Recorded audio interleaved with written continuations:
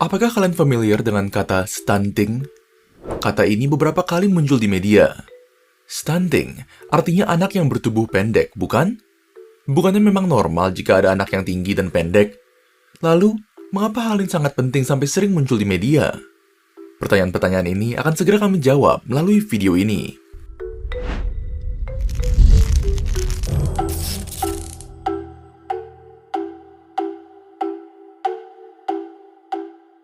Menurut WHO, stunting adalah postur tubuh pendek atau sangat pendek berdasarkan panjang atau tinggi badan menurut usia yang kurang dari -2 standar deviasi pada kurva pertumbuhan WHO dikarenakan kondisi irreversible akibat asupan nutrisi yang tidak adekuat dan atau infeksi berulang atau kronis yang terjadi dalam 1000 hari pertama kehidupan.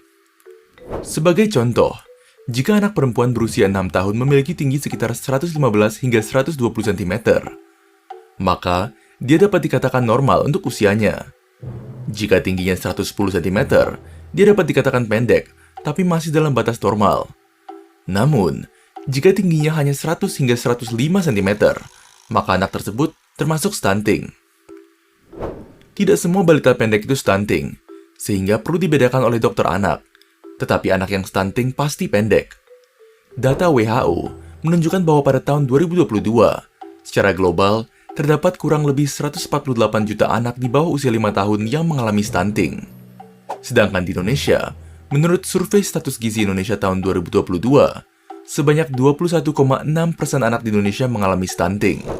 Faktor yang berkontribusi terhadap stunting adalah status gizi ibu yang buruk, praktik menyusui dan pemberian makan bayi atau balita yang kurang baik, serta infeksi, baik yang bergejala atau infeksi subklinis yang berlangsung lama tapi tak bergejala akibat lingkungan yang tidak higienis.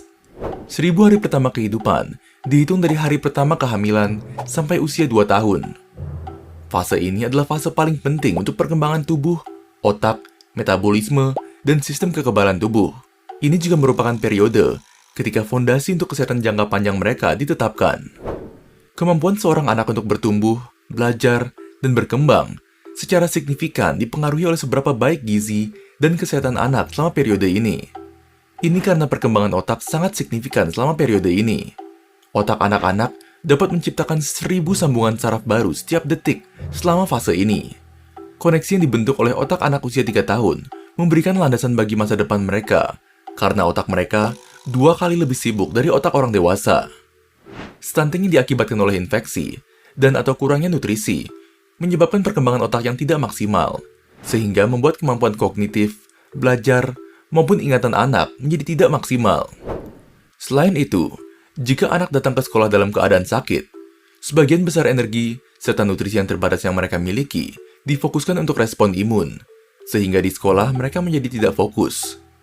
Semua ini menyebabkan anak stunting memiliki nilai dan performa di sekolah yang lebih rendah. Kemampuan kognitif serta belajar yang tidak berkembang maksimal saat kecil akibat stunting juga terbawa hingga dewasa, sehingga membuat anak stunting berakhir memiliki penghasilan yang lebih rendah. Anak stunting kemungkinan besar tumbuh menjadi orang dewasa yang stunting atau memiliki tinggi badan di bawah 145 cm. Pada wanita, hal ini dapat menyebabkan komplikasi saat melahirkan, dan bayi yang dilahirkan meninggal karena kekurangan oksigen. Selain itu, karena kurang berkembangnya sistem imun, anak stunting menjadi lebih gampang sakit.